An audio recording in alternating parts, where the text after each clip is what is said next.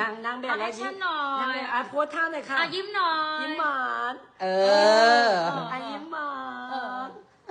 นี่เสื้อใส่สบายไหมคะ ใส่ เสื้อ สบาย สวยไหมคะ สวยค่ะนะครับ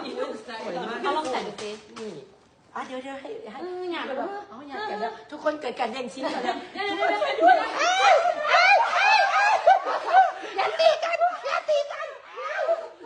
พลอย อย่าตีกัน พลอยตัวนี้ไหมมันมีตัวเดียวลูกมันมีอย่างละตัว ตัวเดี๋ยวเอาตัวนี้ทุกคนแป๊บนึงนะคะเกิดมวยมีมวยค่ะ มวยตีกันแล้ว น้องเพชรเอาตัวนี้ไหมน้องเพชรเอา เอาตัว เอาตัวนี้ให้พี่พลอยเอาหนูใส่ตัวนี้ เฮ้ยตัวนี้ก็สวยนะเป็นเสื้อพี่บอมเลย เอาใส่ตัวนี้ใส่ พี่พ่อมือหนันเลย มันโป๊ะ มืออีพิมพ์หลอกใจ พี่หมาเด็กผู้แล้วพี่ยังเด็กก่อน อย่าอย่า เอาไม่ใส่ เฮ้ยมาสกิดบอกใส่นมให้หนูหน่อย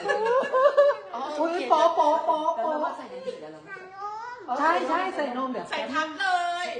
ใส่ทับเลยมั้ยเดี๋ยว ไม่ถอดไม่ถอด มันโป๊ะ เดี๋ยวแป๊บหนึ่งนะคะ ตอนนี้ ไม่พอดีแหละให้เขาเคลียร์เมนให้เขาเคลียร์เมน โอ